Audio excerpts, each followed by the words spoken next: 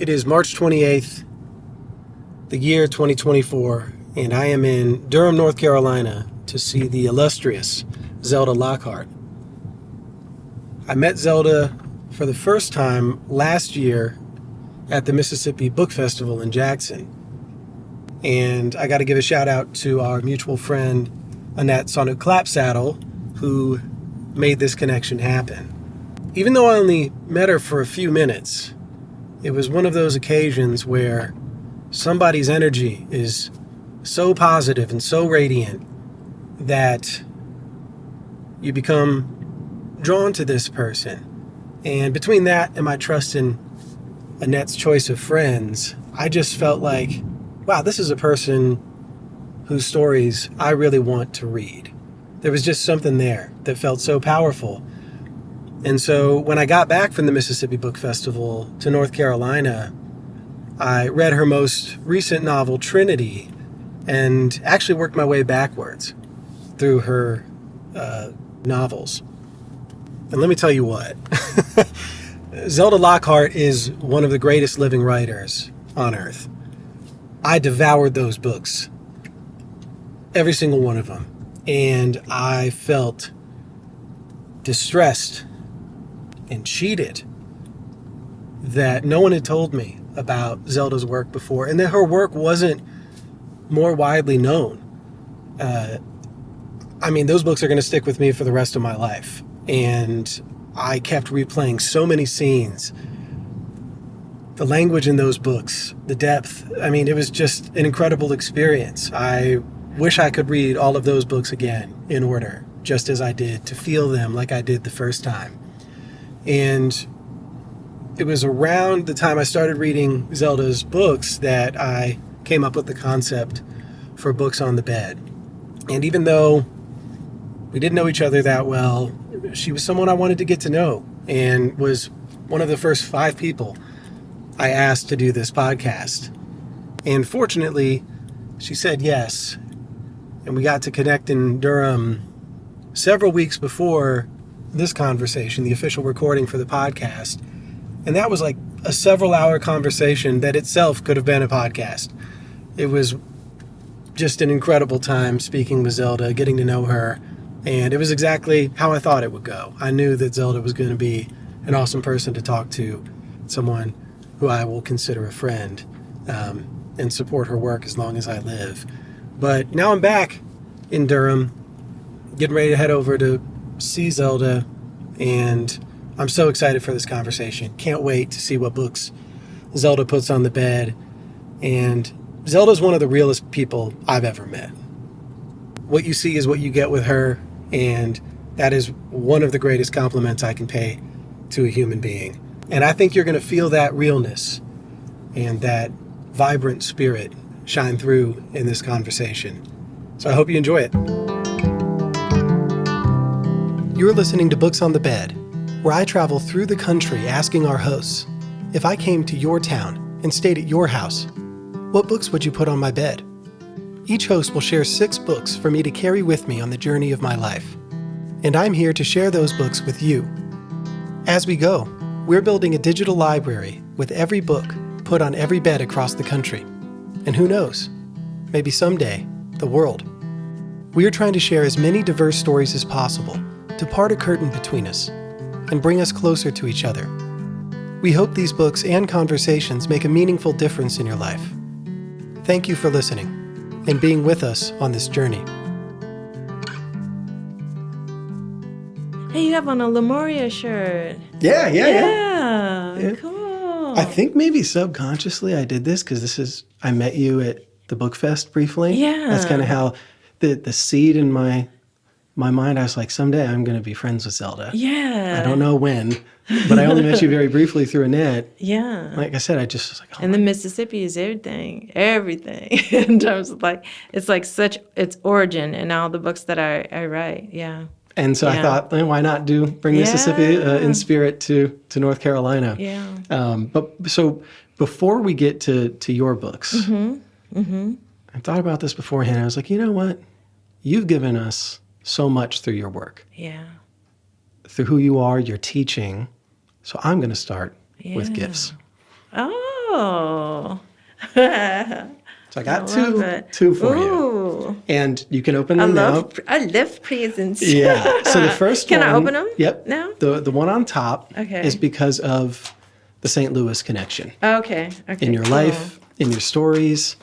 And I've told you about this book before.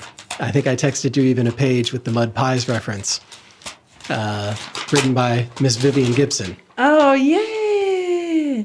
The Last Children of Mill Creek.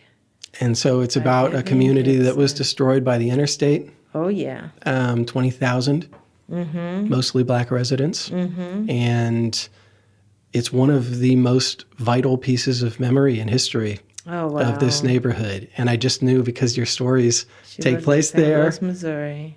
You would get along with Vivian. She probably my cousin. I'm not kidding. I'm like looking at her. I'm like, yeah, we're related. Well, and it's told from her perspective as a child. Yeah. And a lot of your stories right, are told from the eyes and heart of a child, memory of a child. So I thought, okay, this would be a good thing to give you. I think you'll really appreciate it. Oh, wonderful. Mm-hmm. Thank you. Thank you for that. Yeah. So I'm excited Thank you so much. for you to read that. You know, it's a memoir that really just blew me away. And the second one that you're opening now. Don't give too much away before I open it. Yeah. So, yeah, I'm so excited because this one in particular, I feel like is just on the nose for. Okay, cool. In comparison to I love the Trinity. The book paper. Yeah. Shouts out City Lights Bookstore. Yeah. Woman of Light. So the reason I picked this one for you is because of the story. It's 5 generations. Starting in the Pueblo communities in northern New Mexico. How do you say her name? Is it Kali Fajardo? And Kali Fajardo Anstein. Anstein. Okay. So I found out about her because I'm a huge Willa Cather fan, and she wrote the intro for the 150th birthday edition of Death Comes for the Archbishop, which takes place a lot in New Mexico. And then I read this, and I thought, with how you write and the spanning generations, and there's a quote in particular that I knew you'd love, but the protagonist's mother says. She told her that there was one every generation, a seer who keeps the stories. Yeah, that's I almost brought Coal Running Creek with me in terms. I'm already like vibing on reading this, and you're gonna love it. The mother character who opens that story and is considered a seer, and that's the language that I use for her. And so there's 5 generations moving up from northern New Mexico to the Lost Territory in between. And then it ends in the line is with I believe it's Luce, right? But sometimes it's with a TH, L-U-Z. Yeah. But she's in 1930s Denver. Oh, so really far from the origins. And as a keeper of the story, she's a tea reader, right? And so there's just so much in this. And then also her nickname is Little Light. Oh. And people call her the Light Bringer. Yeah. And to be honest, that's how I feel about you. Oh, thank you, Matt. It's like, you're a light bringer. Oh, thank you. And I can't wait to read this. Yeah, I'm excited for you to do that. But it was too much to pass up. I just feel like this is you. Thank you. All in it. Yeah. Yay, what beautiful gifts. Thank you. Yeah. So you're welcome. But thank you. Because I just feel like I can't not bring you something with what you bring us. Oh, thank you. So, yeah. But to kind of frame up what you're going to talk about, I can't stop thinking about our garden and ecology conversation. Yeah. Like that just kept coming up. Yeah. And it reminded me when I was listening on the way here of a song that my friend wrote and sang called Garden of Sound. Yeah. And I think you'll appreciate the lyrics to kind of set the tone here because of your philosophy. But she says, I lay down in a garden of sound, and I remembered. Inside of you is a place that has never been wounded. Don't you remember? And when the fall comes, all the crimson and crocuses will set you free. And then she goes on, nectar of noon and the medicine of moonlight help you feel better. And when the bugs bite, all the sunlight and crocuses will set you free. Yeah. And it just feels like that connects so much to what we talked about with medicine. Big time. And kinship and all of that. And so it makes me want to kind of start with, that feels like a big philosophy of your life, not just a theme. Yeah. Is using that ecology of story for relations between us. Absolutely. So when you were reading that, I was thinking about yesterday that I was working with some college students at Winston-Salem State University, and so I'm helping them to build digital memoir. And so because it's a pilot, so I'm only meeting with them twice as opposed to doing the larger one. It still holds the trajectory of healing and of plot. And for me, what that is in terms of a personal plot, I had to come up with a word for it, so it's personal plot. It's the same trajectory, even if we were working on something longer, is asking them to consider an ancestor or an elder who they, have some gift from, and then some wounding thing in their life that is similar to the wounding in that ancestor or elder's life, and then how they plan on passing their gift on to the next generation, and that passing that gift on is actually their healing process. And so that's no different than the ecology of seeds. So when we carry disease, we can also consider and look at the ways that we carry seeds and the way that we carry life. That it doesn't have to be that you're passing on the diseased part. It can be that you're passing on the gift part, and then you help that to blossom. And you consider yourself the seed. Consider your ancestors and your elders as the soil and the sun and the air and the rain, and then when you blossom and bring that forth and offer it as gifts, then those that next generation, they become the pollinators. I need to write that down. Yeah. I mean, it gives you chills talking about it, because it's so prevalent in your stories too. Yeah. Like your life, it's all that healing. Yeah. Right? What's going to be the medicine? And then you're doing it even for more than your family. Yeah. Right? I mean, like you're spreading that idea that you can be a gift. Yeah. You don't have to hold on simply to the pain. Yeah, but you have to face it. But the hard part too, Matt, is that it's like ego has to be out of the way, because there's times when just because I might want somebody to like heal and move in a certain way, my vision of them healing and of moving and having movement isn't theirs. And then because I might have something personal at stake, like wanting to belong more deeply to them because they're a family member or something like that, it doesn't mean that I get to push my timeline, agenda, any of that, where you really have to consider yourself part of an ecology of healing and let go of your own agenda of how this plant's going to grow, how we're going to get what we're supposed to get, how this, how that. It's just like you have to let go and weep sometimes, because it's like, that's not going to happen the way I planned or I wanted it to. And I have to just know and consider that I'm part of something larger, but that's not how it works, It's like what we talked about when I told you about my friend who said music has an intelligence. Yeah. It'll get to the right people. It'll shape, but you can't shape everything in your image. That's right. That's right. It is simply speaking your own journey and, the truth of your story. Yeah. And that'll, again, it'll affect things however it might. Right. But you can't control it. Right. But I think that's the beauty of sharing story. And that's why I'm so motivated to do it, is Me because too. I've seen it happen in my own life. Yeah, me too. So many things just got to me and gave me that medicine, that kinship.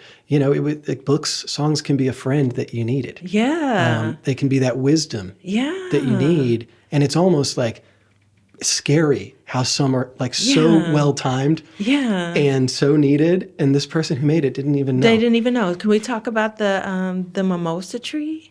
By Vera, I want to say Vera Cleaver, because that's what that is about for me.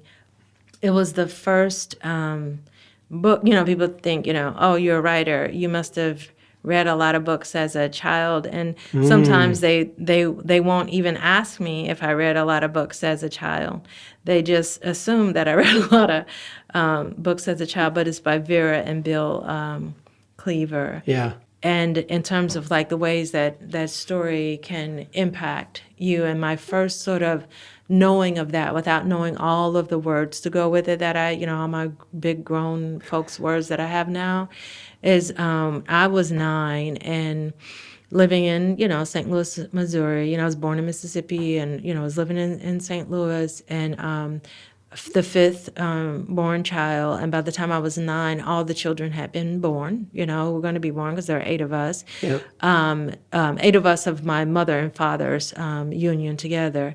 And my oldest brother of that union, LeVinson, he saw kind of like my summer situation. And in the summer at 9, I was already the big kid who had to watch the 3 younger kids.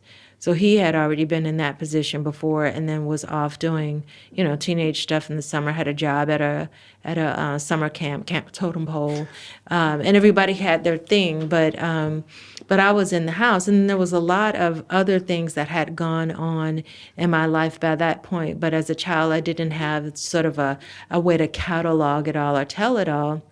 But, it's like someone older than you who's just also a child can sometimes see that you're going through a hard time, And he said to me, because, you're not allowed to leave the yard. You got to watch the little brothers, all this stuff. He said, I'm going to take you to the library and get you a library card, because we only had like the bookmobile that would pull up to our school. Yeah, so we walked to Wellston, which is like 4 neighborhoods over, someplace that as a kid, you couldn't walk by yourself. My parents weren't going to allow that. So he took me one Saturday to the library. It was so exciting to me.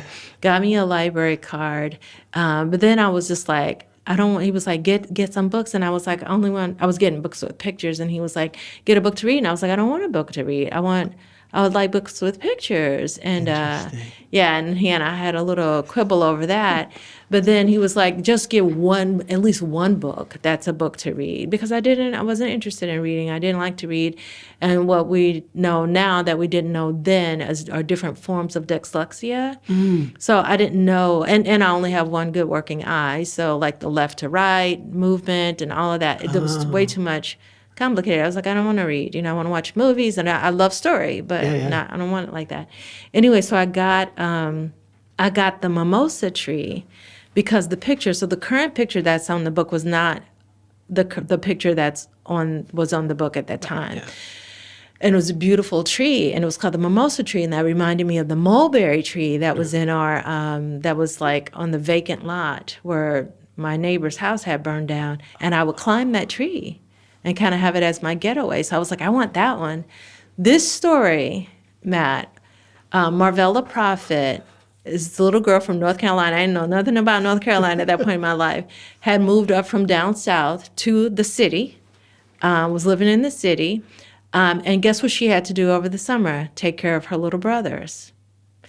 And so it was just like and that's why I say that thing when I'm working with people that stories are food, medicine, and kinship, often for some anonymous audience, for some, you don't even know who it is. But that's what burying seeds is like. You don't know who's going to eat the fruit that was born from the seed that you are pushing forth, Yeah.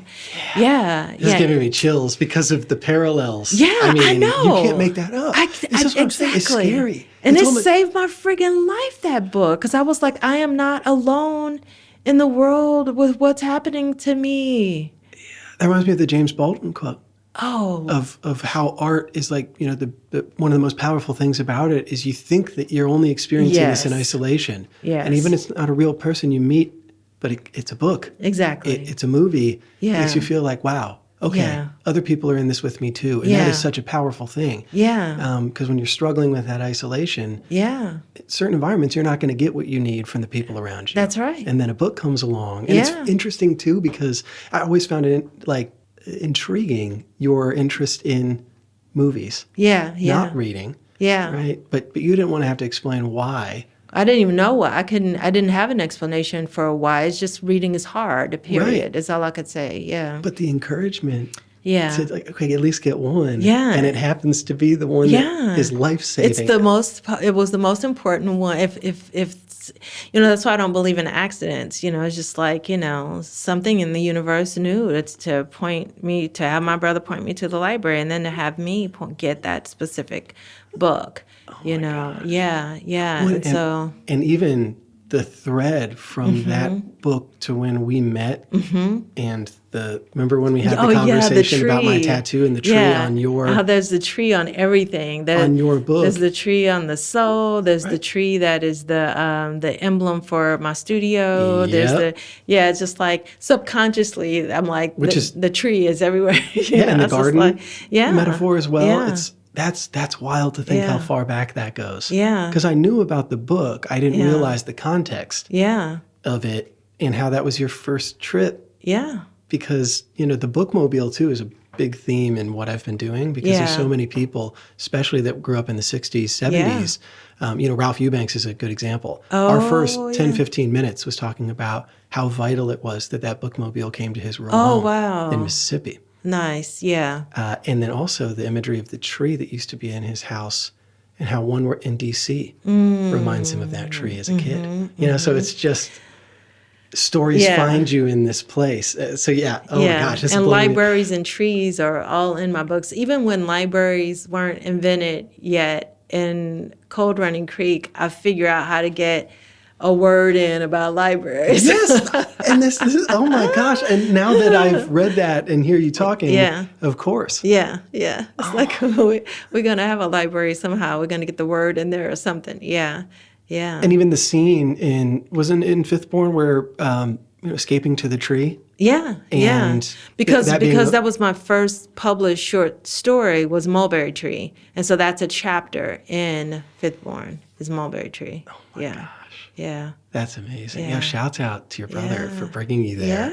Into libraries. Yeah, right? Because that's exactly why we need to support them. Yeah. And what they can do for a kid. Yeah. I mean, gosh, to think how much that transformed your self definition. And for anybody, I feel like, because I feel like the thing that separates us, and we were talking about this yesterday in the workshop that I was teaching, but it's something that I talk about all the time now after I put my finger on it, is, the things that, how colonization and all of the sort of, you've got that as a macrocosm, and all the microcosms of abuse that are born out of the abuses of colonization, even in our family systems, the abuses that have sort of transmuted from the abuses in society, and all of that. It is very complicated for any child to sort of find, like, what will I put my hand on in order to have something where I feel like I can hold on. And it's the same for adults. And it is story. So stories that are taken away as an abuse mechanism, stories are taken away from people. And when you tell the truth of your story, it reconnects us all. And so it dispels the lie that we are multiple species within a species, which is BS. We are humans. We've been conditioned to feel separate. Right. We've been conditioned not real. And then people die of isolation or die of diseases of isolation or of damaging themselves, and all because of those different types of abuses that are all just different. And it goes to from the literally to the family level, those first interpersonal relationships, because you also write a lot about how lies, stories that are lies, replace the truth. Yeah. Right? And in Fifthborn especially. Yeah. The ways in which they, the family makes you believe something didn't happen. Right. So they tell you a different story. Right. And then you want to just believe that story because it is preferable. Right. But it's not true. But it's not true. And so you can't the damage heal. Of that. Right. You can't heal from what you can't know to be true. And so then that's what happens with us in society, is that we live within the daily lies of stuff as attempting to cope. But what we're doing is living within society's lies, and society lying on what it has and has has not done, whole communities of people and whole countries lying about what they have and have not done. And then it just being easier to be like, even if I don't believe that, I will just willingly become a bystander. Yeah. And we need people that are going to interrupt the lie with the Yes. truth. And I think your books are not only an attempt to do that for yourself, Yeah. but for all of us. Because I think, stories can give someone else expressing themselves with freedom. Yeah. Gives you, permission to do that. Yeah. And you even, I think in one of your interviews after Trinity came out, you made the comment that it wasn't just Lottie Rebecca Lee that can dig up the bones. That's out the right. mud. We can all Anyone do that. can.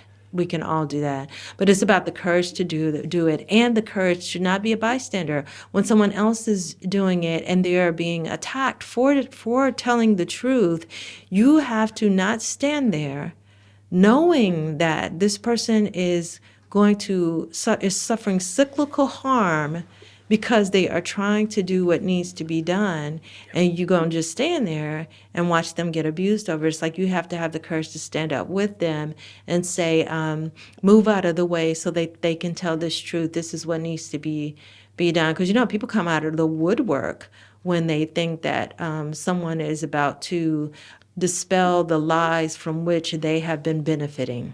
Oh, yeah.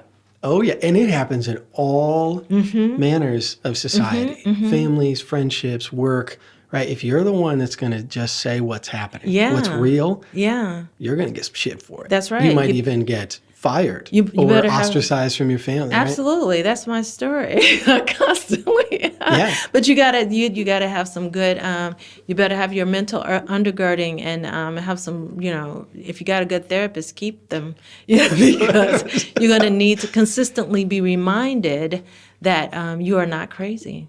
Oh, man. Yeah. And you've talked about that a lot, the ways in which you've transformed from feeling like, oh, something's wrong with me to, I forget what interview you said, but it was like, no. Yeah.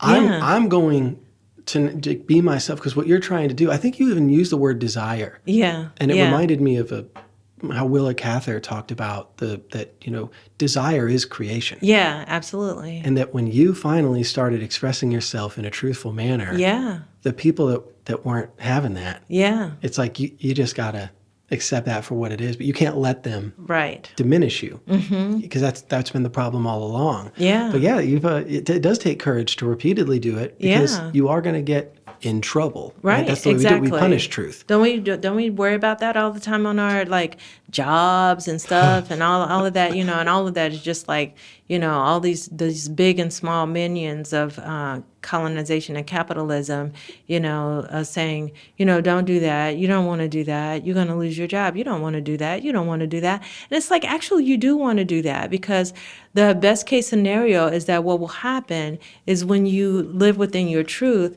the things that you didn't need anyway will find their way out of your life. And it doesn't matter who ended it. It doesn't matter if they fire you or if you leave. Yeah. It needed to end. And there's relief in that. Yeah, absolutely. And it's its own form of the world working itself out. Yeah. But if you continue to lie, that's corrosive. Exactly. And it's like keeping lies of stories even within you. Yeah. And just pretending like that's true. It's going to it becomes literally disease, kill you. Yeah. dis-ease, it becomes depression, it becomes anxiety, it becomes, it's like, no, let it out. It's like, get your fortification and then let it out. Go find the other people. I always tell folks at their jobs, go find the other people who you see them walking, and you could see y'all both are side-eyeing the environment that you're in, sort of like, what in the heck is this? And where in the heck are we?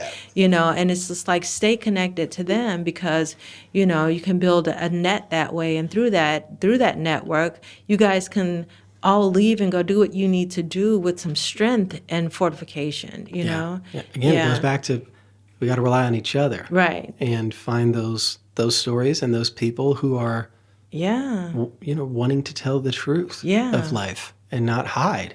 And it's still blowing my mind how that book found you so young. Yeah. In the moment where you were like, And it's the only book I read as a kid. Right. I didn't read anything else. I'm like, I read that and I was good. It's just like I wasn't going to struggle. It took me forever to read it, and I was like, I'm not going to struggle to read But you did it. anything else. I read the Mimosa Tree, and that's the book I needed to read, and I didn't read another book for a very long time. So that's the first one that you would share. Mm-hmm.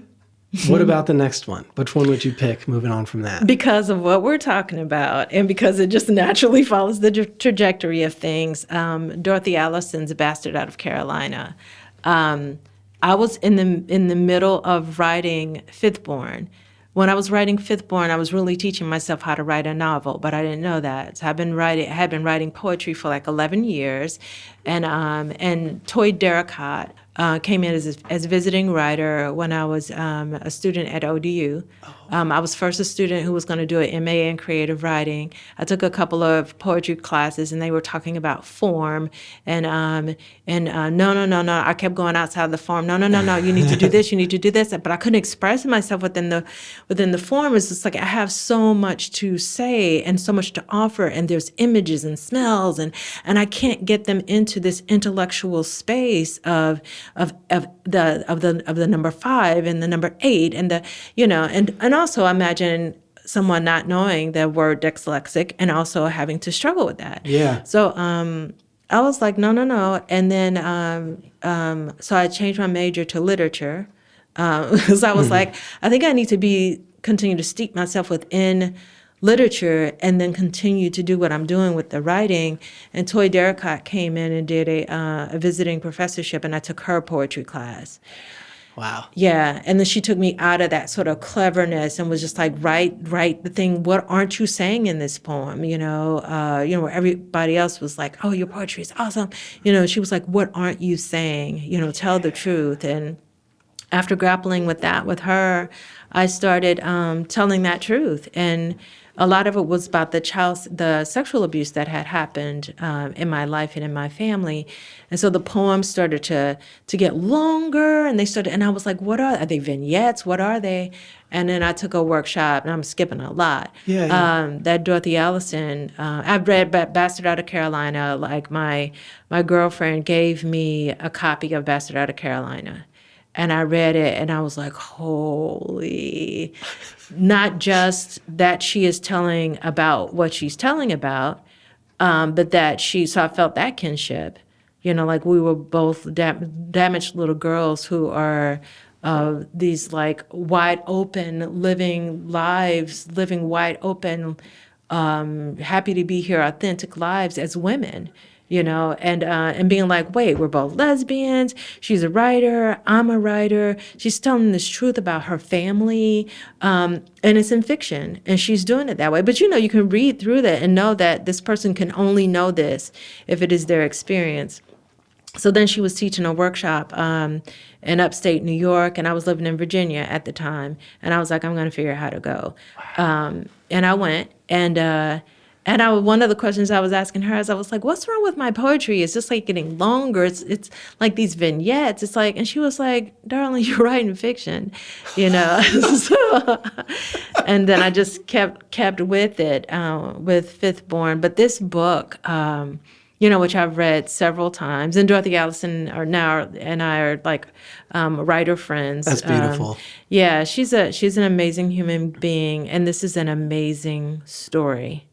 It's an amazing story because it is true. There's something about it that feels true, that feels reflective and true and loving of the South.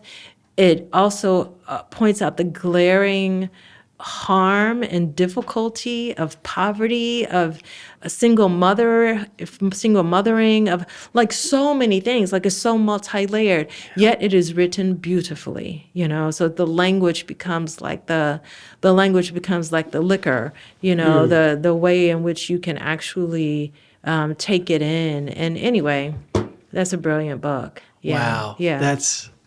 It's interesting following that path from the poetry class where I'm curious about that transition from clever to honest. Yeah, yeah, I think everybody struggles with that. yeah, And then you kind of find yourself meandering from poetry to finally realizing, hey, I'm yeah, writing fiction, yeah, and it's just a new way to express those things. right.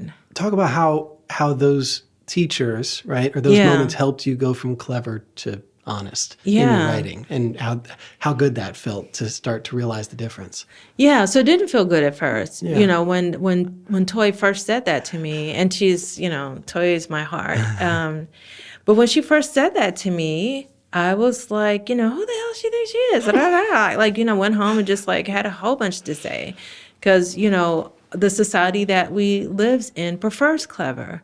So you will be like an authentic, clear, open person, even, come into this world as a child who, your clarity is your clarity, and then in the world that you live in, you begin to get rewarded for not being authentic, but for finding beautiful, clear, / clever ways to say what you want to say, where there feels like there's something underneath it, but people are just as satisfied to not necessarily know what that is because they don't want to feel their pain either.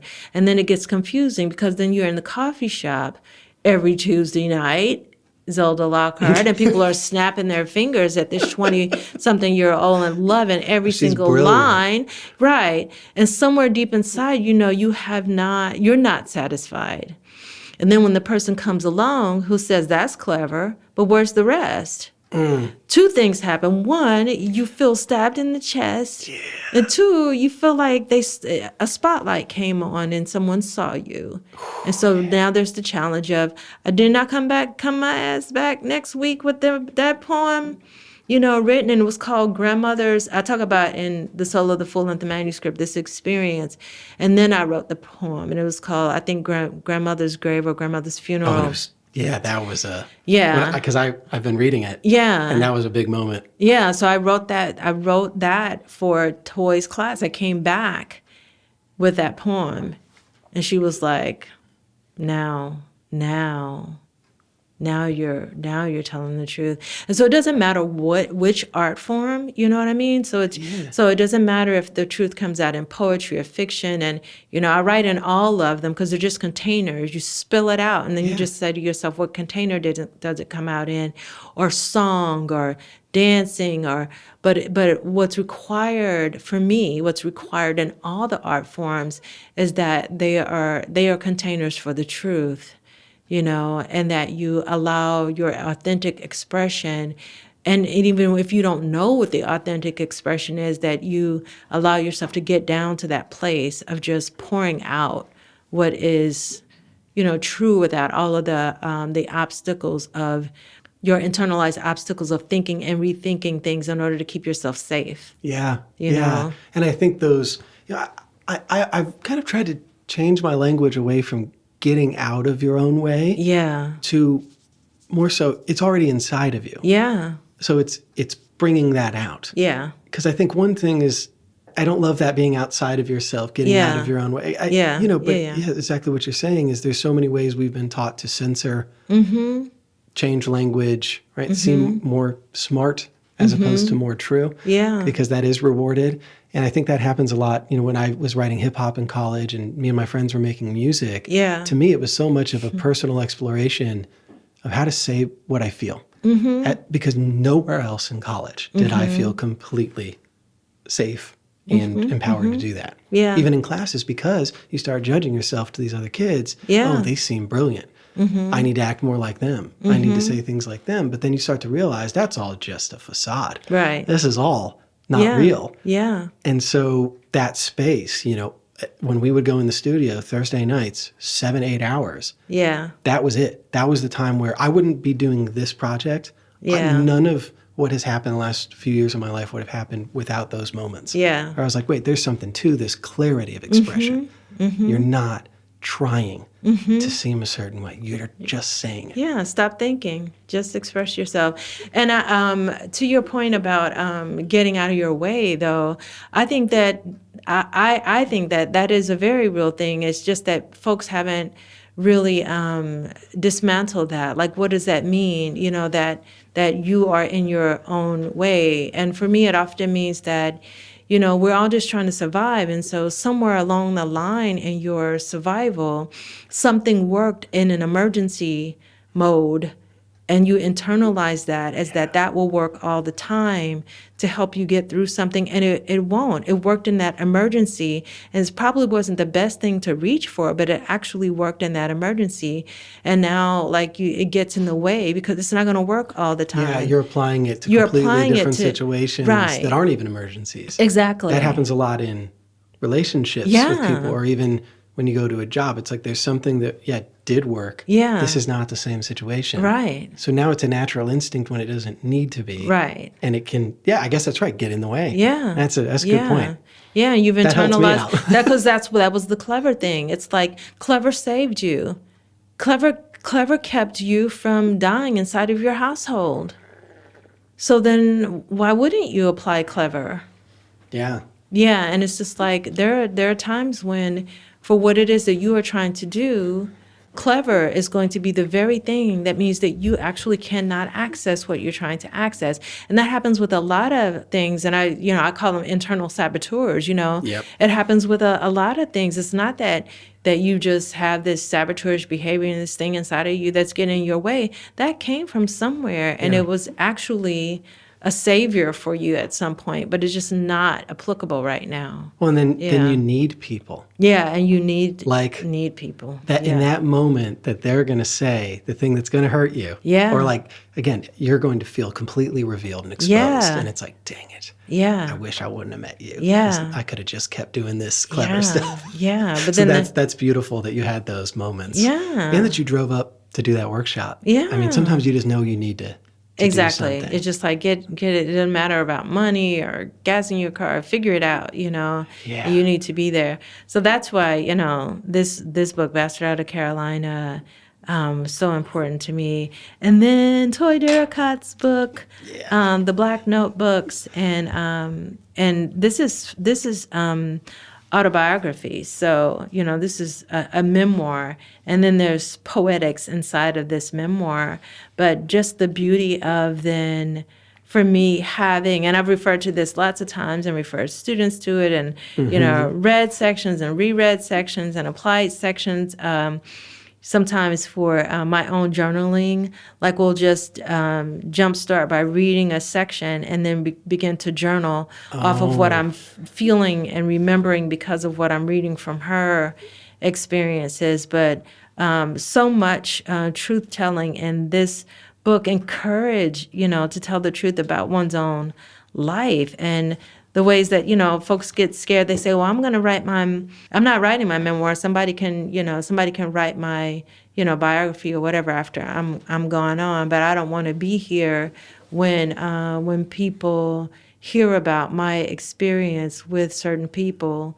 And I'm like, ooh, how much more powerful and healing for you and for everybody, though, would it be if you did that while you were still here? Because it could change the trajectory of the rest of your life in a positive way, not just always thinking about the negative, or what impactful negative thing might happen with the rest of your life after you do that. Yeah. Yeah. Are there any particular things from here, either of these books, that you would want to read? That you could think of? I would just have to put my finger down like I usually do. Yeah. And read you a section. Let's just see what magic happens. Let's do it.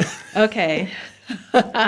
So I'll start. I landed here, but I'm like, should I be true to that, or should I go to the beginning of this section? So it's on page 42 in Toy Lockart's The Black Notebooks. And this is July. It opens July. And I think this chapter is called The Club or something.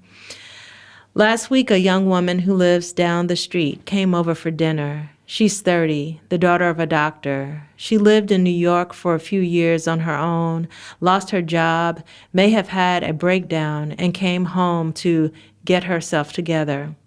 After dinner, we got into a conversation about Tall Oak Country Club, where she is the swimming instructor. I asked her hesitantly, but unwilling not to get this information, if Blacks were allowed to join. Everybody on our block belongs. All were told about the club and asked to join as soon as they moved in. We were never told or asked to join. No, she said. I mean, the people on this block who have had us over for dinner, who I have invited to my home for dinner, I can't swim in a pool with them? That's the rule, she said, as if she were stating a mathematical fact. She told us about one girl, the daughter of the president of a bank, who worked on the desk at the Tall Oaks. When they told her blacks couldn't join, she quit. I wondered why she told this, the swimming instructor, as if she wasn't ashamed of herself. I remembered how once she had looked at pictures in our family album and seen my mother's house. This is like one of the houses on Upper Mountain Avenue, she had exclaimed. I didn't know black people had homes like this. And I'll stop there. Yeah, so much that she offers in here is about, being black and white people wanting her to pass, or assuming that because she is light, that somehow she sides with the superiority lie rather than the truth of her identity. And consistently in Toy's poetry and in her autobiographical work, there's a couple of things that are present for me that are so powerful for me.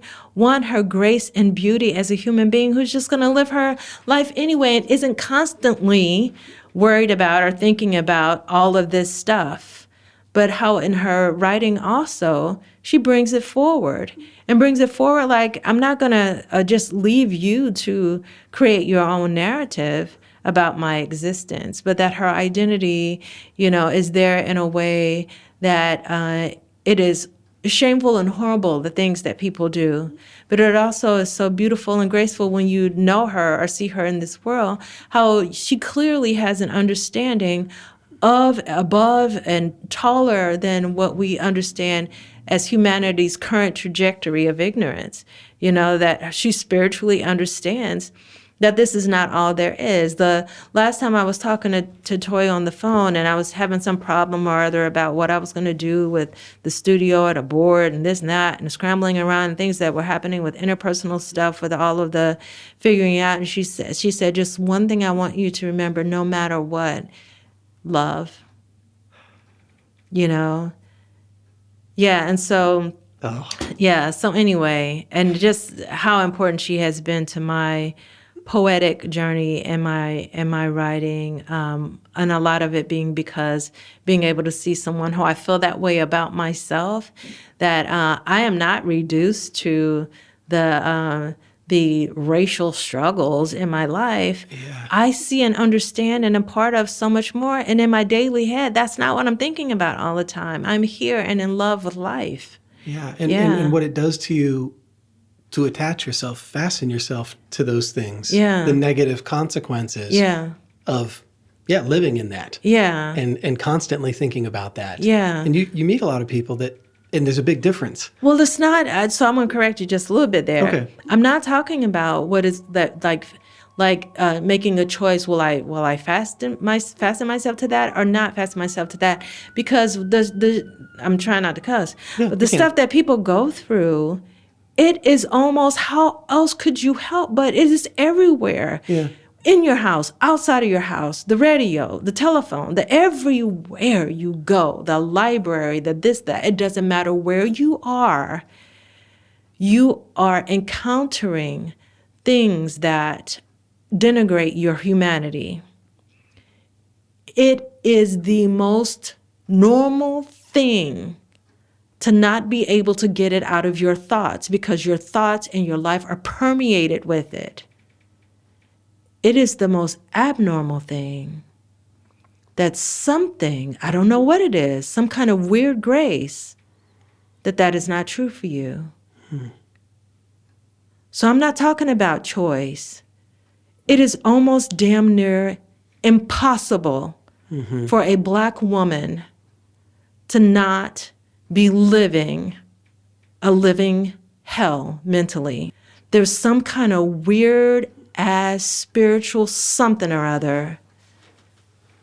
If anybody is walking around and they can say, no matter what happens, love, it doesn't mean, oh, these over here are doing this and they're choosing to do that and they're fastening themselves to this and that and they're living in the negativity. There is nothing else to fucking live in. I gotta go ahead and say the cuss word. Yeah, that's okay.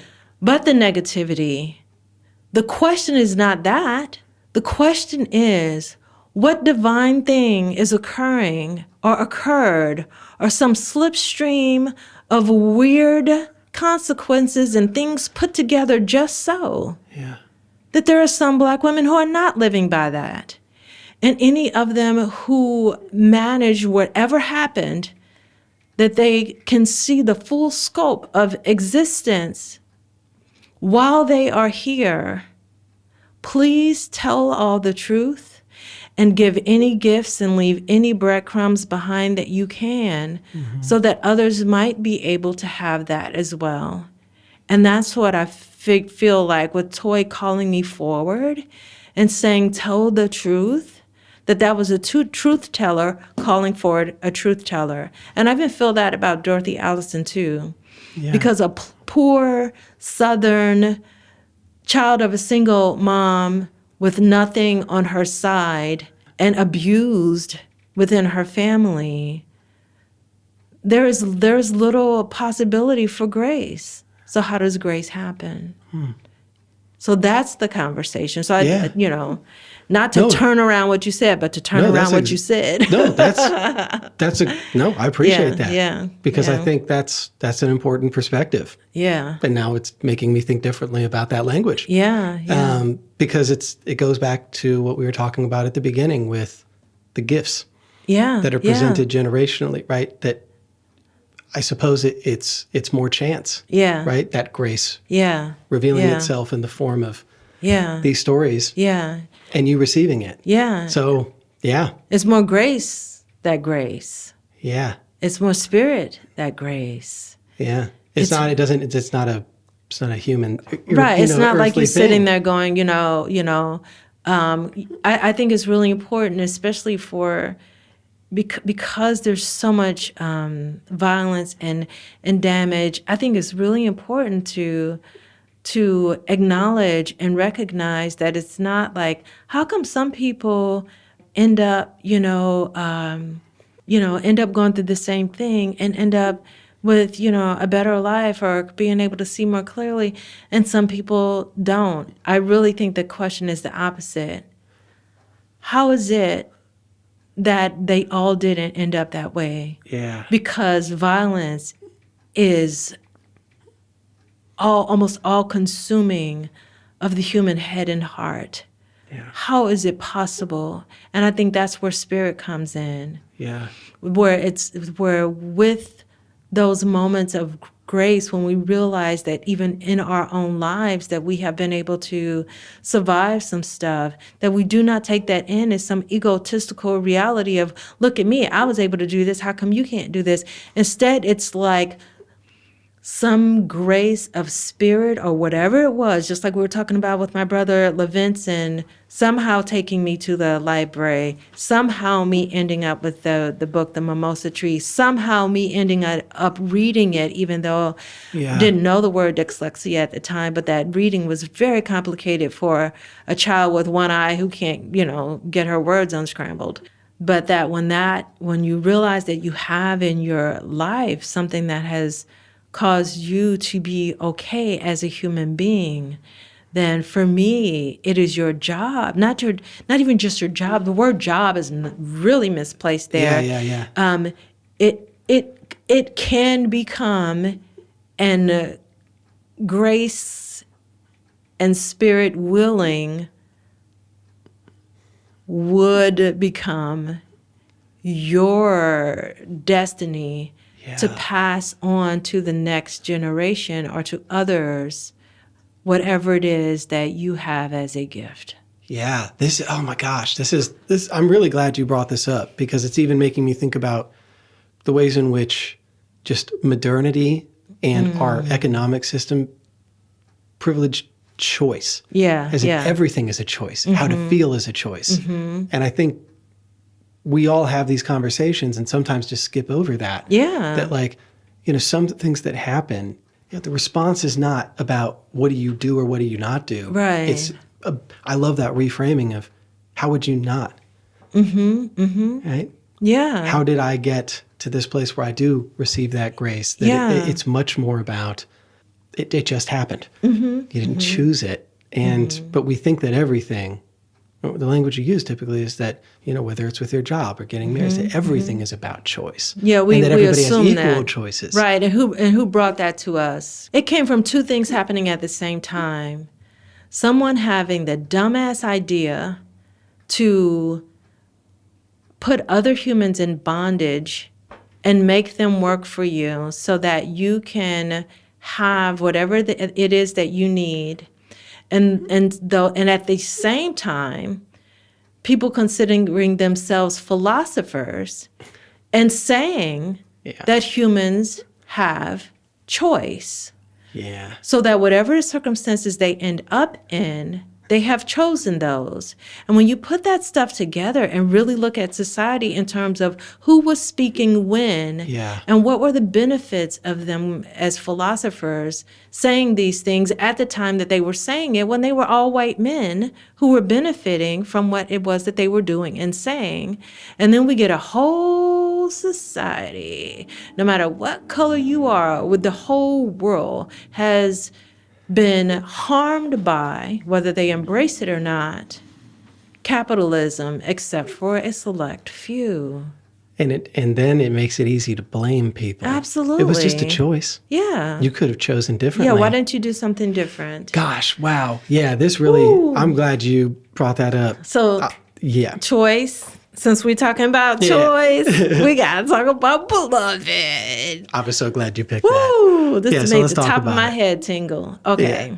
So this story, Toni Morrison's Beloved, and my top of my head is tingling big time. I don't know what ancestor is in the room doing the tap dance on top of my head. But so this story, we could talk about the poetics with which it's written. We could talk about all of that, but we could talk about mostly the main thing that occurs in here that is important for humanity is that in a situation where people are taught to believe that the circumstances that you are in, which who the heck would ever choose circumstances of long-term trauma, abuse, and torture, okay? And that's what slavery and the all of the years beyond, mean for so many people. Yeah. But of so choice. And then Toni Morrison playing with that in terms of, okay, well, here is a person, and what she chooses the only on and off switch that we actually have, which is the life-death lifeline. It's an on or an off. You're alive or you're dead, period. Yeah. And she chooses death as a stroke of love. Within a system that says that she, as a Black woman, has chosen all of the rape and the pain and the torture within her life, and so did all the other women, since the woman who was stolen away from her own country and land and life and brought to torture. So she's living within that system, and rather than have her baby girl become another person within that system who is told, you're tortured, you're raped, you have no agency over your own body or mind or anything. She chose freedom through the death switch for her child. Yeah. And that is a statement. This is not just a story about, well, here's this woman and here's this ghost. And people just have so many like misunderstandings of this story in terms of an American story. Yeah. Here's this ghost, here's this woman, here's this child who chose infanticide, this woman who chose infanticide, like as if slavery was that horrible, all the things that we hear about this book. This book is a commentary on Black women's agency in a system that is designed to break her. Yeah. She is more powerful as spirit and in the spiritual realm and sending her children there than she is in this fucking realm. Yeah. And that's the statement that is being made in this book. There's lots of other statements that are being made in this book. Statements of community, like we were just talking about, of then what happens if, if this person is isolated and they don't have a sense of community or a sense of peoplehood to help them to know that you have kinship, you have what you need. After baby Suggs Holy is gone, then what is there, and the ways in which Setha is separated and isolated. But then we see as the story begins to end that it is that reconnecting to other people that allows the spirit to have movement, allows Setha to have the rest of the life that she needs to have. Anyway, I could go on and on about the power of Beloved as a statement, as a piece of literature, as a piece of art that we need for our human existence, and we need it now more than ever. Well, and I think this is interesting because of banned books and the controversy around this book and the misunderstandings of story, because it presents a totally different... This book isn't banned. I'm going to say something about banned books. Can I cuss some more? You can cuss whatever you want. Fuck banned books. Ain't nobody thinking about no goddamn banned books. Books aren't banned. There's stupid white man walking around talking about banned books. And so for whatever reason, everybody else is going, banned books, banned books. There's no banned books. The books aren't banned. Some asshole is sitting somewhere saying banned books. And now we're all thinking, we need to fight against them. The books, Spirit says, stop. The books aren't banned. Please stop paying attention to people who are throwing tantrums. It's a good point. Just read them anyway. Keep reading the books. Keep Share 'em. doing what you were doing. And let them sit somewhere having a tantrum saying, we've banned this, we've banned that. Don't nobody give a damn what it is that you're sitting somewhere saying that you have or have not banned. Yeah. We're over here reading books. Because no one actually banned anything. Thank you. When you get done really with your... right. It's giving too much power to somebody who has none.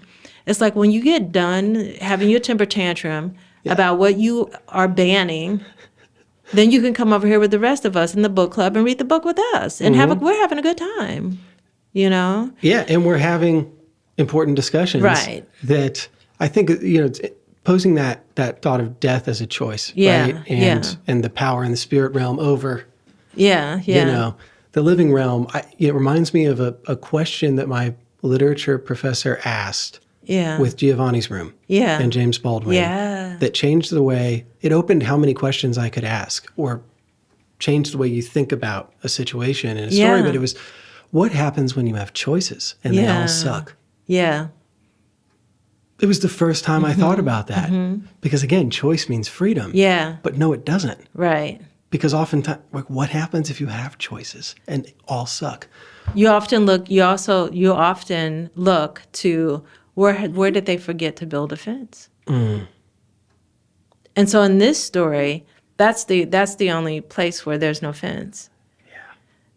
Is death. And that's the only reason we have that. And that's the thing that people misunderstand. It's like all the choices were taken away. She even swam they got across the Wood River. We got over there.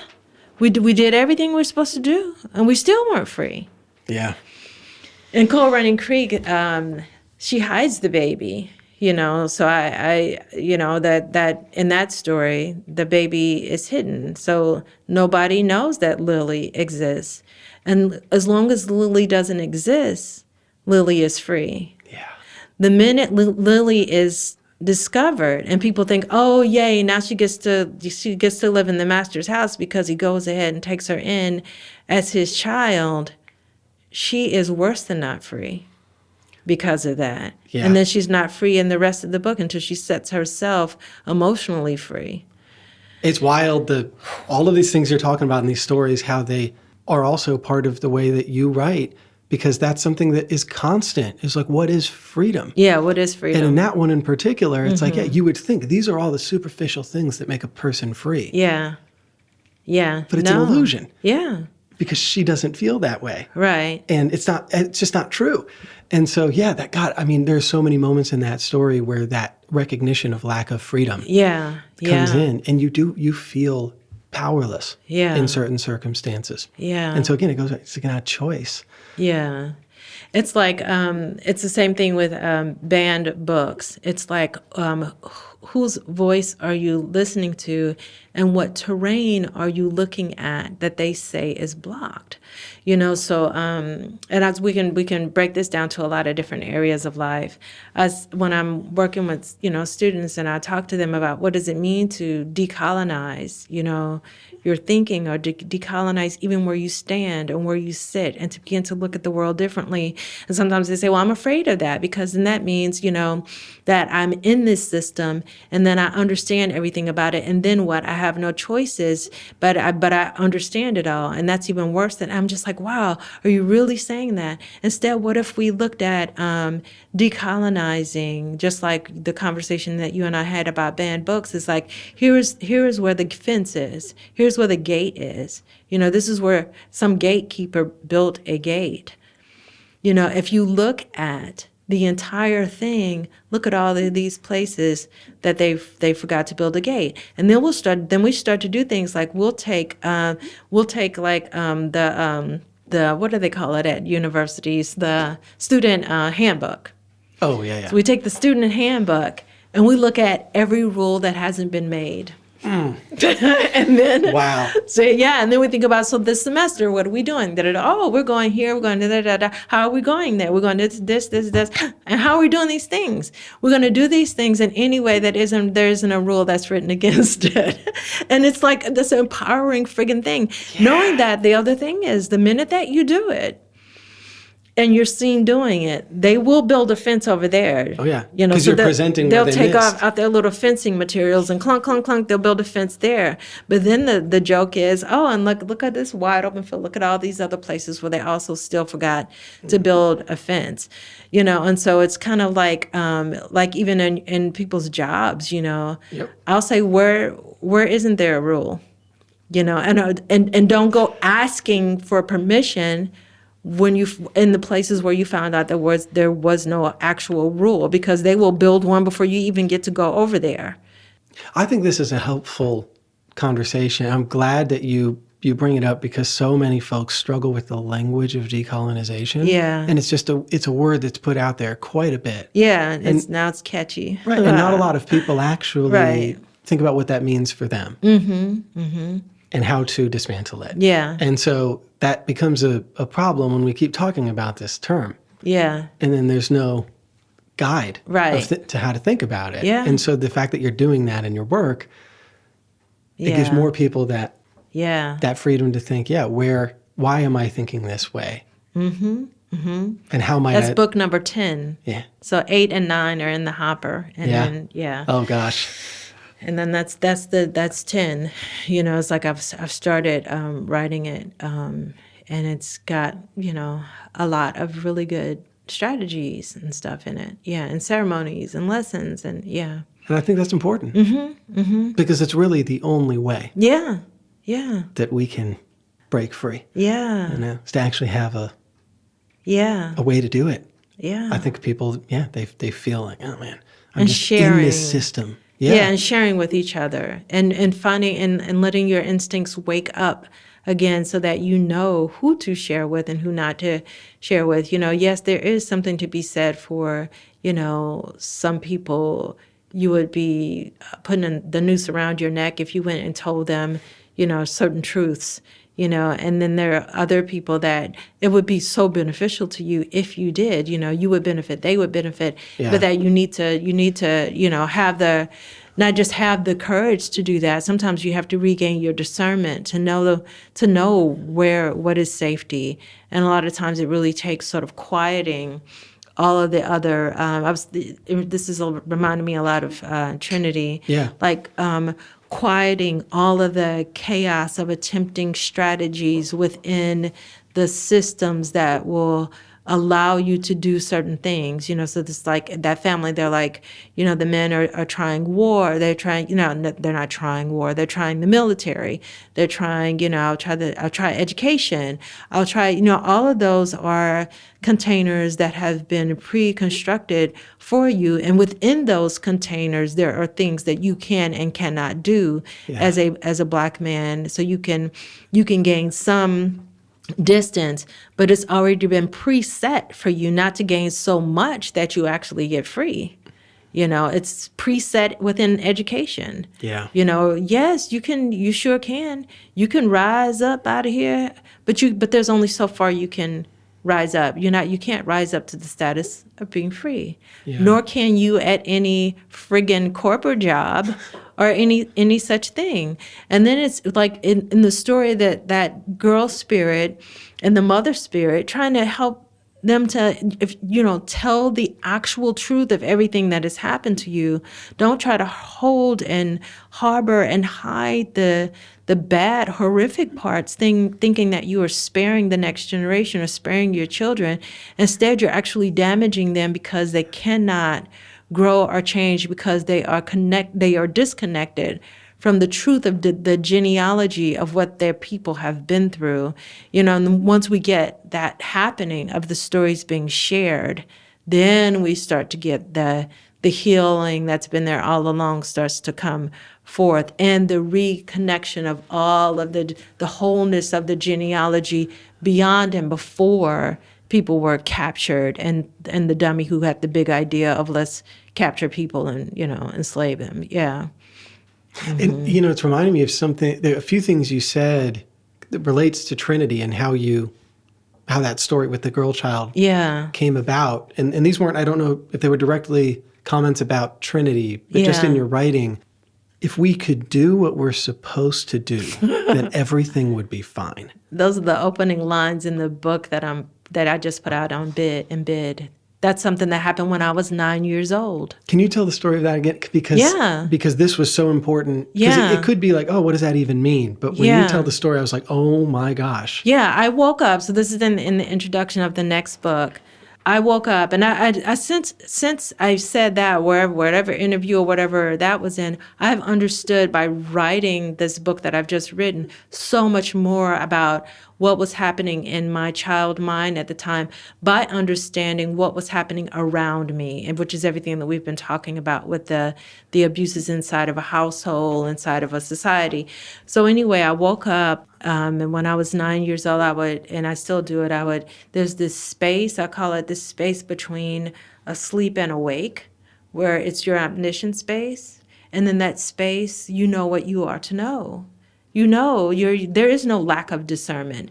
There is no, these are the things that happened to me in this life, and these are the things that happened to my grandfather or whatever, that you know what you know. You know what you know. It's clarity. There is absolute clarity. There is no need for any of that, because you're just fluid spirit, So anyway, I woke up and went to my sister in the hallway. My sister was going to the bathroom or something. And I was like, I would desperately wake up, and because she was a year older than me, which seemed like, oh my gosh, she must be an elder. I would think that, she's the one to tell, So I was 9, she was 10, right? Yeah. So I was like, if we all did what we was supposed to do, everything would be fine. If we all did I was just trying to phrase it and rephrase it any way that I could. And she was like, what in the world? Is this just another one of those moments, that my weird sister is coming to me and saying something that just seems so bizarre. And she would always just yell, "Mama!" She's being weird again, And so, And you're like, but Yeah, and I was so frustrated.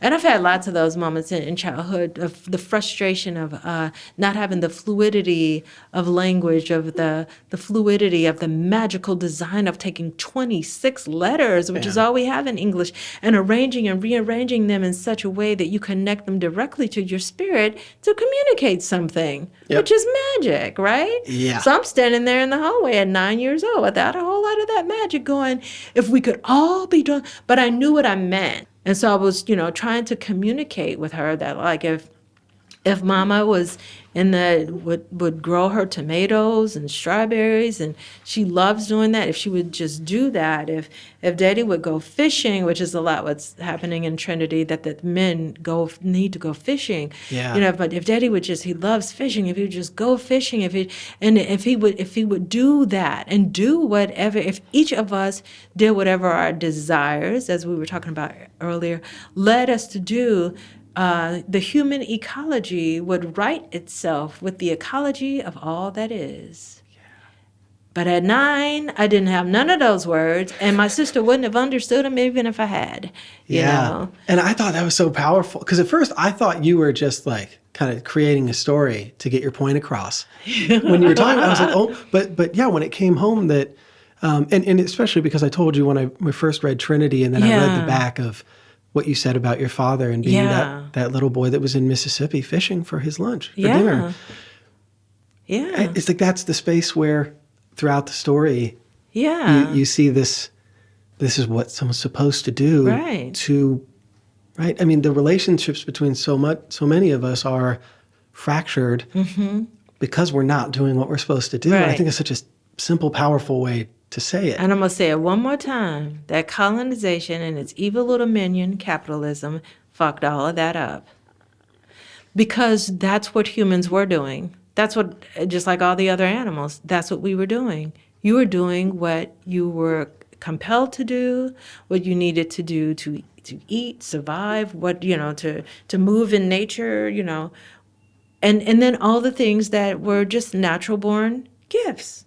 For you. And that's what you did. Why are you doing this? Because this is what I do. Yeah. And I love the ways in which some of I don't want to give too much credit to Gene Roddenberry, but there's definitely some brilliance in imagining a world where we come back to what are you doing? You're not being paid for it. What are you doing?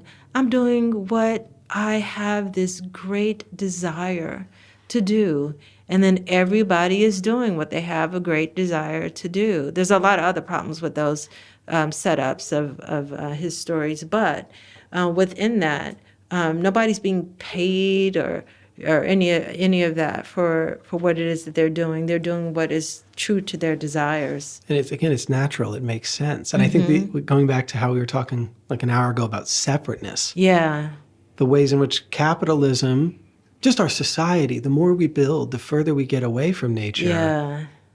Yeah. The less we're in tune with what we're supposed to do. Yeah. Because then it gets confusing and stressful, and right? Because you're so you feel completely apart from the natural order of things. And it reminds me when you talked about being a child, how much peace you felt going outside. Yeah. That you were part of another biology other than your family. Yeah. And that seemed like a really important thing to recognize. Yeah. Is that it's not just this house or these people. You go outside and you're part of nature, and that's a whole nother relating. Yeah. And goes back to the garden and ecology. Yeah. And what's beautiful is the older that I've gotten, and I don't even know if it's just age, but and I won't even use the word wisdom because that word is very misunderstood in society. But as time has gone on, I even understand how that biology and ecology with what is outside and what is inside of me and what is inside of my family, where the connections are there with the distilling out and the winnowing out of the wounds of capitalism, underlying and I won't even say underlying, threaded within and as a core baseline is still that those desires that ecology of what it is that you feel compelled to do and all of that, and being able to, within my life, do as much as possible to do what I'm compelled to do and to follow that, even when it is incredibly complicated or when sometimes there's nothing else except for my instincts telling me what I'm supposed to do and everybody else is saying something else. And the more that I am in that sort of mode with myself, the more that I can see my parents, whether, the alive, the one who's here, the one who's gone, it doesn't matter, but still being able, I can see who they are, That's a good point. Yeah. Yeah. Yeah. I can see who they are through the things that the ways that they would ground themselves, Yeah. Yeah. And you see them totally differently. Yeah. And that's an interesting thing to start paying attention to the older I get as well. Hi. Doing a podcast and seeing a student. Oh, cool. From years ago. Do you still see a lot of them? Every now and then I'll see someone who says, "Do you remember you taught me?" Because I've been, teaching in different kinds of schools all over the place, and also in my studio and doing workshops and everything. Because teaching it's not about institutions. It's about teaching. It's about being in that kind of love relationship with people wherever you go. It doesn't matter if you're, teaching something in a library, teaching something in your own home, teaching something on your back porch or in an institution. Yeah. So anyway, So in answer to that, yes, all the time I see folks who I have taught in one manner or another, been in creative community with. Yeah. And I love how many ways you do that.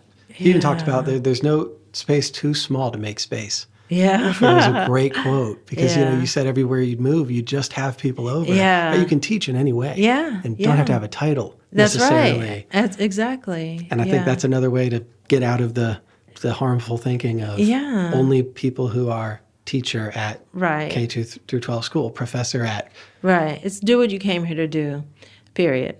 And anyone can teach. Yeah. That's... Yeah. And we need more people to do that. And I feel like you have to have some sort of degree conferred by whoever, to say that you can do it and give you permission. Yeah. But I think you have another one here. Yeah. So Leslie Marmon Soko's Ceremony. So I read this book. This is interesting to try to remember when I was in grad school. And some of the struggles of the physical self in order to fulfill the desires in this life with this physical form, of being in grad school and saying, I'm a literature major. I want to read all of these books. Beloved was one, Ceremony was one, and having limited the way my eyes move left to right, the way that letters do this cookie thing, unless I'm reading out loud, and I would do a lot of books on tape, a lot of anything that I could do to have, because there's a timeline. You have to. You're assigned a book on a Friday, and we're going to discuss it. When? On the next Friday. And for me, it was just like, wait, what? Yeah. Or sometimes I've assigned a book on a Monday. When are we going to discuss it? On Wednesday. And students actually can read the whole thing. Yeah. So with Ceremony, I was doing this combination of things. I remember it was a book on tape. And so I would do a combination of reading aloud and recording myself reading it. Oh. Because I could read aloud and follow the letters. It was difficult to do both things at the same time, where I'm going to read aloud, because that's hard enough by itself, and I also comprehend while I'm reading aloud. It was a struggle enough to read the words, just read the words. And so I would tape myself. And so I think I had from the library a book on tape of the book. But I also know that I taped myself reading aloud so that later I could hear it. So to hear the story. Yeah. Oh, wow. And oh my goodness, the journey of one to have somebody writing from the perspective of a male, and I don't know if it was her relative or not, or if she totally pulled it out of her imagination, but writing from the perspective of what I assume is a male relative. about his healing process coming home after war. This is after the Vietnam War. And there's the rich beauty of place, of desert, of things that I hadn't experienced before yet in my life about place and how important place and nature were to this character's healing process. And when he goes off, when he's off and gone, and I think he's tending to the herd or something like that, or supposedly going to get the herd, and then all of the encounters in nature and that began to heal. And all of that for me as a 20-something-year-old was so powerful because I had just come back from just intuitively knowing that a friend of mine who was, when I was living in Virginia and I was, trying to finish the last year of my undergrad degree, she was like, oh, you need to go visit my mom because the way you talk, and you talk about all this like stuff that's way out there. And she would say it's New Age. I didn't know anything about New Age. And I was just like, whatever. And I got overwhelmed with all of the things in my life. And so I took my 2-year-old and I went and found Minnie Yancey. That was her mom, living off the grid in Kentucky, and went and found her. And it was just the wide opening of like my spiritual self, who was that 9-year-old girl who knew all of these things but didn't know how to put them. Talk about wide open sky and space, because Daniel Boone Forest, it's a forest. Oh my gosh, yeah. And just this one little house in the middle of a meadow, and being there and all of the things that I know, having much more space than just the inside of my head and heart for all of that to wake up and to be alive in my communication with the other animals and with nature. And so when I read this book, when I came back and then started graduate school and read this book, I was like, yes, like it was that connection of this author knows what I know, feels what I feel, through how it was that she was able to draw this character. Yeah, so anyway, this book is very important to me in terms of the ceremonies of my healing and of my spirit, and all of the beings that are here and gone on and that are yet to be born, who I know the same things that I know. And that's what I feel about this story. I've never met Leslie Marmon Silko, but yes, I have. Well, I love that. Yeah. Sometimes you feel like. Yeah. Like we know this, we know something. We've been somewhere, and there's something we know spiritually. Yeah. And you don't even need to meet her to know that. Yeah. I think that's a special feeling. Yeah. Again, the kinship. Yeah. The way I feel about how I try to identify people I want to have these conversations with is just thinking about the notion of a kindred spirit. Yeah. Yeah.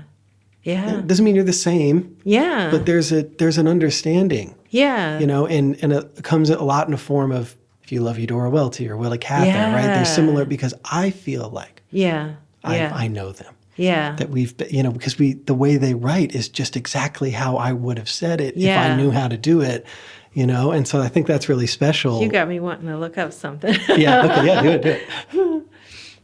But the fact that it happened after you had that experience in the forest, and came back and felt like, Again, placement of a story in your life, timing. What is this thing you said? Spirit does not know time. Right, spirit does not know time, and that way that that sometimes you find something or you see something that might have always been in front of you, but the reason why it is that you can see it or that you know it is because you've just had an experience with it, or you've just met the person who, it's kind of that, I call it the phenomenon of the blue van, is that, you have a new friend and they drive a blue van, and then all of a sudden you see blue vans everywhere. Oh yeah, and it's a real thing. It's because you just met this person. So anyway, I was gonna, you were just talking about Willa Cather, and I was gonna tell you something that happened when I was in Mississippi, where I met you. Well, I don't remember where we met at the. I think it was, I forget which night, but it was one of the gatherings before I think it was in the Wasn't it that night that they had the sort of wine and dine? Yeah, and then the two authors played music that night. Right. I was only there briefly, but Okay. yeah. So I Right. think it was at that gathering All right. at the museum. So who is this a picture of? Oh yeah. So do you remember we went to when we were at something and they were talking about, oh no, did you go on the tour? Whose house? Was it Eudora Welty's house? Or Yeah, something that we went to? I'd been on tour there before, Yeah. so I didn't go. But yeah, I've been I went on the there. tour. Yeah. And so there was the tour. So these are the things that happened that evening. So there was the tour, right? And then I had like 10 minutes to it's just like, it was very hot, when we were at the Mississippi Book Festival. So I had like 10 minutes to go, like splash some water on your face, cool off. And then there was the reception thing where there's like music and everybody talking and everything. And then I met this woman there. I wish I could remember her name right now. But I was telling her that we went to the Eudora Welty house and that I was just feeling like, but I'm in Jackson, Mississippi. Why aren't we talking about where are the places where Alice Walker lived? Where are the places where Margaret Walker lived? Where are the places where, and she was like, do you already know me? And I was like, no. And I have to look up and tell you her name. Yeah. But she was like, I'm the writer who did the biography, and we should look her up right now so I can give her props. She's like, I did the biography, Margaret Walker's biography, because I was her apprentice and student and everything. And she goes, let's blow this popsicle stand, and I want to take you to her house. Yes. And so she took me to her house, and I got royally, as well I should, pissed the hell off at what Jackson, Mississippi has done for the preservation of Eudora Welty's house, and how Margaret Walker's house and the block that she lived on where other famous people lived has been ignored. Yep. Mass neglect. Mass neglect. And that is a national problem. That is worse than a national problem. But yeah, and it says something about who we give attention to for preservation and who we celebrate. Yeah, that's a good point. Yeah. So you met her at the Welty house. No, I met her at the reception. Okay, so I'm going to tell you her name. All we have to do is look up Margaret Walker's biography. And here we are, of course, in a library. And I am, I don't have that at my fingertips as I should.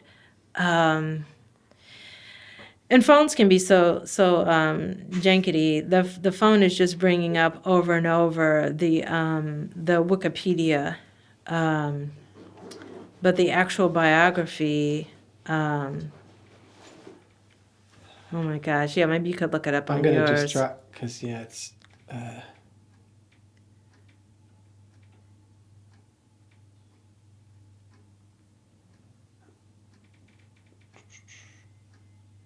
I'm going to go to the place we don't like to go look up stuff on Amazon. I found one by Carolyn J. Brown. Okay, yeah, I think it is Song Carolyn. of My Life. Yeah, I think it is Carolyn Brown who wrote it, but just the whole thing, So I just wanted to bring that forward in terms of everything that we're talking about.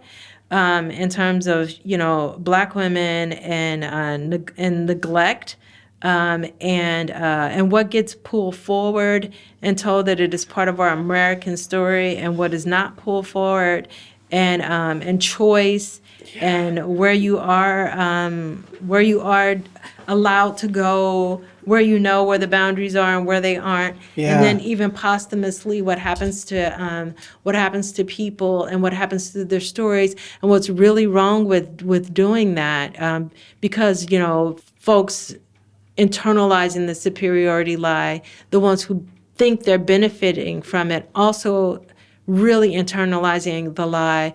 What gets missed is that because it is a lie, and humanity is, is like is part of a giant organism. We all are connected. Is that when you neglect some part of your own self, of your own group, of your own reality, you are diseasing yourself. Yeah. To come to ride down that block and have to go through these areas of Jackson, Mississippi, which is near where my father's from, and not far from where I was born, and to see like, okay, well, we left that neighborhood where the lawns are kept really well, and everybody's going on a tour of this person's house because this person's house is connected to the American story, but this person's house somehow they think is not connected to the American story because it's falling down, there's stuff going through the roof, nobody cares, there's not even street lights over here, and it's supposed to be one of those neighborhoods, or it's fashioned as one of those neighborhoods that if you're riding through, you might want to hurry up and keep on riding through. And what people don't see or understand is that neglect of that is neglect of your own body. Yeah. And it's only believing in the lie of your own superiority that would keep you thinking anything else, Man, and But I'm glad anyway. you said that. I feel like that's not a conversation I've had with many people in Mississippi. Because you just it's- kind of accept yeah. it. It's just the gentry. We just want to talk about that because it's just been so internalized that who would really want to have that conversation that And I guess maybe that's not fair. There are plenty of people that there are plenty of people who want to have that conversation. There are a few people who are ever asked the question. There are a few people who are ever given the platform to have the conversation. There are a few people who believe that they will not be punished if they have the conversation. We could go on and on with this. yeah. Where I'm going here. Yeah. So Yeah, that's an important. Yeah, and it's again. You met that person yeah. who led you there. Who helped me to? Because she was like, well, did you go on the tour? And me being able to say, who are you? Can I tell you? I need to tell somebody Yeah, that I was pissed the hell off. Yeah, and again, it's that trust in like who to share with, and it's a moment where you can have that conversation and be pissed off. Yeah. Because in other spaces, it's not going to fly. Yeah. Well, I'm also at an age where even if I told somebody else and it didn't fly, I'd be like, well, fuck you then, Yeah, that's a nice place to get to. I'm still on that journey. I hope that I can someday come to that level of, fuck off. Yeah, and Whatever. I'm sorry for your loss. What loss? The loss of intelligence that you have clearly suffered. Yeah, it's real. But I think it goes back to part of my motivation stems from I've had people show me what's been hidden. Yeah. Or not told. Yeah. And I got really lucky. Yeah. I didn't choose that. Yeah. I just happened to be in places where I started realizing, wait, people have not told me a lot of things. Yeah. But whose story matters. Yeah. What place matters. Yeah. And I think that's just opened me to keep searching for those things.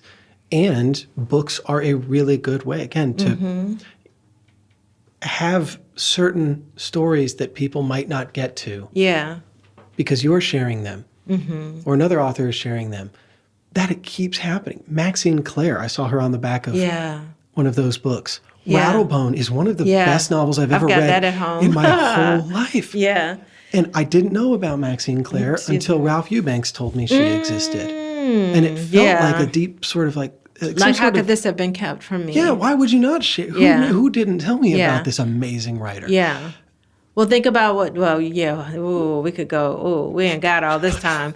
I was getting ready to tell you, like, even like in modern, like right now, I won't even say modern. I mean, like today and every day, the things that authors like myself and other people like, having to, it's kind of like having, like you're in the water, right? And you've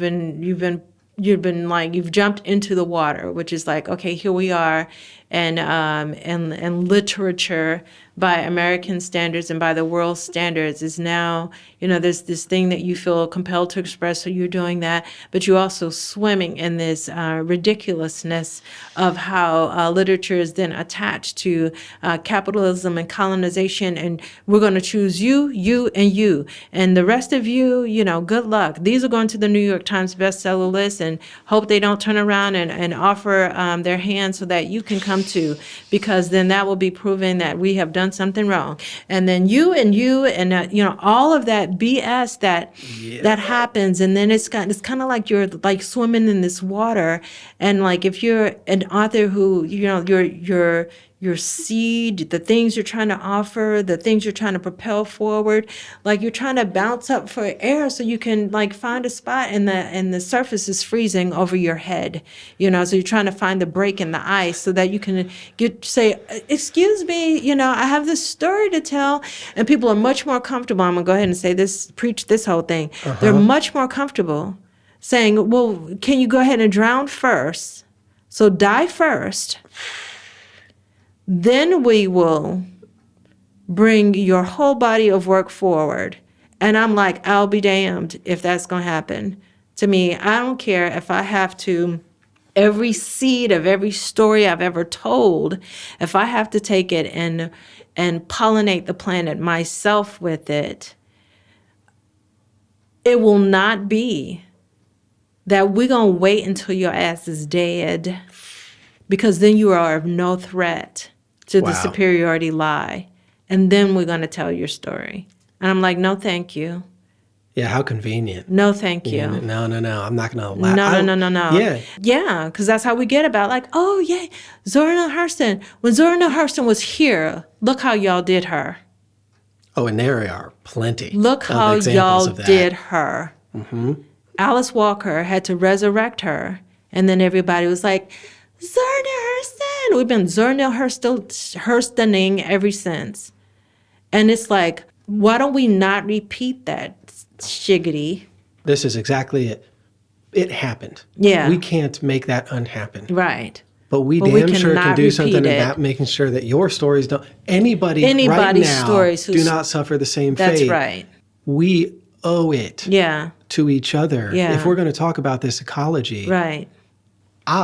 us can't make you do it alone. Mm-hmm. I think that's the whole point of sharing, in that we're all connected to each other. Right. And, it's interesting you hear it talking about, you have great language to talk about, even like it's freezing over you, and because it makes so much sense. But you talked about when you wrote your first story that it felt like you had barely any breath left. Mm-hmm. Mm-hmm. And that when you finally did it, it was the beginning of the rest of your life. Mm-hmm. Mm-hmm. But that notion of you couldn't breathe without story. Yeah, it's like, what are you going to do without story? Yeah. So why would you wait until... Exactly. You aren't breathing anymore. Yeah. To leave it to chance. Yeah. It's we shouldn't do that. It's exactly. It certainly won't be, if it goes down like that, it certainly won't be because I was sitting somewhere waiting. Well, and that is literally the first thing we talked about a few weeks ago. Coming full circle. When you were talking about who gets chosen and promoted because it is now a capitalistic economy of writing books. Right. And so, again, there's people that, let's say, we pick them in the genre, have similar stories. And one, it's kind of reminds me of the rap game. Right. You get chosen to get that marketing machine and those resources put behind you. Right. That does not mean these other stories aren't worth sharing. Right. It's just some are literally put in front of us. You're making me want to say a whole bunch of stuff. But when that happens, it's like it's control. It's an attempt to control the identity narrative, because it's like what this person is saying is acceptable. Even if it's subversive, it's not all the way subversive. It's subversive enough. It's subversive enough to be charming. So this gets to go to the New York Times bestseller list because it's not going to injure the fucking lie. God, what this person over here is saying, somebody needs to shut her ass up. Yeah, you're breaking the rules here. Mm-hmm. You can't say that, or you can, but we're not going to help you spread that message. Or who made you think that who made you think, and it's who do you think you are? Mm-hmm. And it's like, obviously, I don't think that I'm a slave. Who do you think you are? Obviously, I think that I am more than just this one human life that I am living right now. Who do you think you are? Obviously, I think I am somebody who is not victimized by your lie. Who do you think you are? And that bothers people. Yeah, oh, man, when you start to not feel... oh, my God. Who? Then they get like, okay, we got to show her who we think she is. Yeah, he's like, yeah, you got to shut your mouth. Yeah. How many people have been told that about, I mean, look at the whistleblower culture. Right. Dare you start the train of, I mean, where I went to college, there was this whole... equal to Larry Nassar and what happened with the gymnasts in Michigan. And then once it came out, what happened to those? Oh, you're lying. Yeah. Why would you come out 30 years later and say? Right. And so, but it at all levels of society. Right. We get back to that, like the cyclical abuse, the macrocosmic abuse, the microcosmic abuse, the societal, the familial, and it all has the same mechanisms. And even if you can have a published story, again, it's interesting to follow the resources. Yeah. And who they invest in and who they promote. And I look at Seattle hip hop, okay? Macklemore wasn't shit. The subversive nature of the Seattle underground hip hop is so rich and so diverse and so deep. Yeah. And like one of my favorite MCs is Filipino. Yeah. And his producer's Persian. Yeah. And they were called the Blue Scholars. And they're rapping about, literally, they have a song called Proletariat Blues. Yeah. Like their whole thing is about working class struggle because they grew up with immigrant families. Right. And they attach it all the way back to their homelands. Yeah. But, one of his lines is, that ain't no urban radio station's about to play this. That's right. Because they're going to play the acceptable form of, we'll kind of make an allusion to Amazon's bad. Yeah. Or Starbucks is bad, or certain things that are happening in Seattle are bad, but it's not going to go too far. Yeah, they'll play the fashionably subversive, And so oh God, I shouldn't go too far off because I don't know as much about the music world as you do, but I do know that friends of mine who are in the music industry have said, oh, it's the exact same thing. It's the same thing that happens here. And then you get, people that are in different art forms say, oh, and it's the same thing that happens over here. And so then the question for me is how to continue to do what you came here to do anyway, regardless of all of that. Yeah. And not let it be that you're actually going to be having it be the only seed machine that you're going through to seed the planet with your story is going to be that one, when you know that one might very well see your story come in and say, okay, well, we're gonna do yours, but we're not going to actually push it forward. We're just going to push it forward to this small market over here because that'll earn us back our money. And then it'll also be that you were one of the people on our list, and so therefore we have checked a box. But we're not getting ready to do with this book what would seed the planet with it, because we're not trying to put this message way out there. Anyway, we could go on and on about that stuff. And it goes back to what you said with how you are, again, finding other avenues. Right? Yeah. If you just leave it there, up to them, right? Who is it not getting to? That's right. That needs it. Right. You got to put it out there for in the medicine, all the ways you could put it out there through them, put it out there through yourself, put it out there through the boutique and I hate to say smaller, but smaller people. Put it out there by standing on a stage, put it out there, like all of the ways. Do not get caught in your ego and be like, if I'm not with, I'm just going to make this up because I don't know enough about music. If I'm not with MCA, or if I'm not with, and with us, it's like if I'm not with one of the big five, it's like be with the big five, be with this over here, be with all of them all at the same time. Yeah. And also don't get caught in your ego. If you are somewhere and you know that, oh my gosh, this is a great place to spread my message, and be like, hey, like I just did out there, hey, you know what I would love to do? And don't get caught in. I have friend writers who can get caught in, oh, they don't have my book here. They must, they're not thinking highly enough of me, and and and it's just like, wait a minute. Are you seeing, just like I was saying, seeing the open space in the field where all the rules aren't? Are you seeing the opportunity? Guess what? They don't have your book here. Do you see the opportunity for you to spread the message of the work that you're doing, that means you just arrived someplace that needs the message. And don't feel like, oh, I shouldn't do that. No, no, no. Right. This is the chance. Right. Because if you take that opportunity every time, Exactly. how many things like just outside these doors will happen? And Exactly. Yeah, and it's just like, but if you, and I have to fight against this too sometimes, it's like that, I have to tell myself when I walk in some place and I say, hey, this bookstore doesn't have my book. And then for a millisecond, I have the thought of, wah, wah, wah, wah. And then, but then I perk up because I remember the thing that I have taught myself. Yeah. It's interesting. You reroute. You have the natural feeling and you're like, nope, got to rise above it. Right. No, it's the other. It's like I have the internalized capitalism feeling. Good. And then I go to the natural feeling. Wow. Yeah, that's true. Gosh. That is, man, you're right. The first one is not natural. Right. Because there's two lies running. There's the superiority lie. And then there's the inferiority lie. The inferiority is what you have internalized, which keeps the superiority lie running. That lie keeps running because you've internalized your inferiority. And so that's the, walking into a place and filling my place in capitalism by going, they don't have my book. And it's like, good, you had that for a millisecond. Snap out of it, and go, oh my gosh. And seeing as you are a creature of nature, you just walk someplace that has all fertile ground and you have a handful of wildflower seeds. That's it. That's everything. Yeah. Gosh.